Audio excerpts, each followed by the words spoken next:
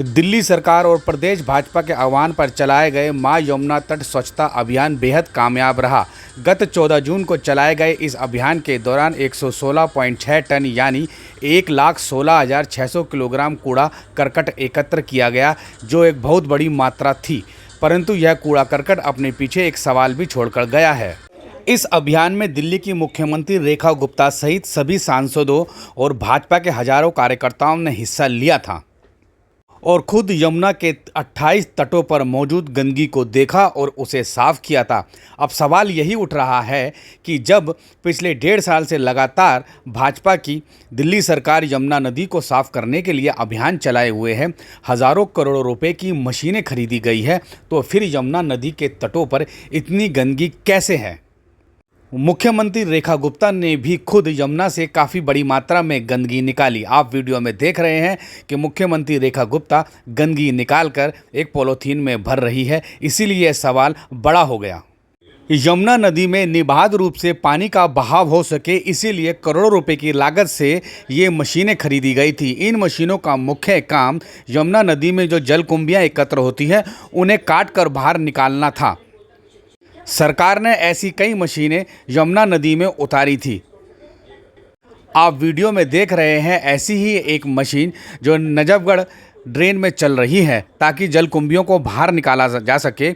और खुद दिल्ली सरकार के सिंचाई एवं बाढ़ नियंत्रण विभाग मंत्री प्रवेश साहिब सिंह वर्मा ने इन मशीनों को यमुना नदी और नजफगढ़ ड्रेन में उतारने का काम किया था।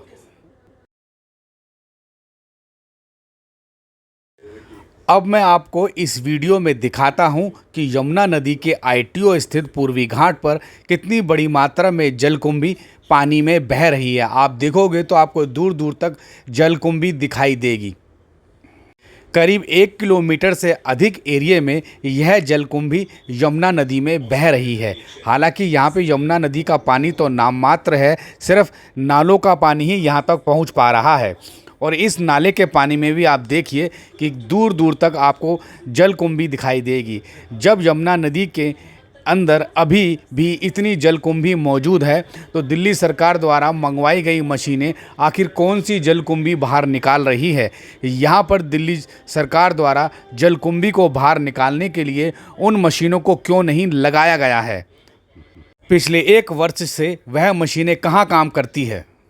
भारतीय जनता पार्टी की दिल्ली सरकार ने वर्ष 2026-27 के बजट में करीब 22,236 करोड़ रुपए का ग्रीन बजट निर्धारित किया है। यमुना नदी को प्रदूषण से मुक्त करवाने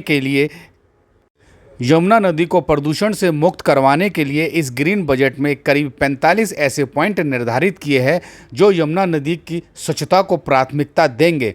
परंतु जब आईटीओ के पूर्वी घाट पर पहुंचे तो वहां पर इस तरह के कोई पॉइंट नज़र नहीं आए, क्योंकि जहां एक और कूड़ा करकट और गंदगी का ढेर लगा हुआ था, वहीं पानी बुरी तरह से सड़ रहा था, कीचड़ थी और जलकुंभियाँ तो मैंने आपको वीडियो में दिखाई है कि कितने भयानक तरीके से वहाँ पर जलकुंभी फैली हुई थी। यमुना नदी का यह तट दिल्ली सरकार के सभी दावों पर सवालिया निशान खड़े कर रहा है और दिल्ली सरकार की उन तैयारियों पर भी उंगली उठा रहा है, जिसको लेकर बार बार दिल्ली सरकार की ओर से घोषणाएं की जाती है, बयानबाजी की जाती है। दिल्ली सरकार के मुताबिक अगर यमुना नदी के तटों की लगातार और बार बार सफाई हो रही होती तो 1,16,600 किलोग्राम कचरा बिल्कुल भी नहीं निकलता। भाजपा का मां यमुना तट स्वच्छता अभियान कहीं ना कहीं दिल्ली सरकार की उन नाकामियों को बता रहा है, जिसको लेकर दिल्ली सरकार पिछले 1 साल से बार बार ढिंढोरा पीट रही है।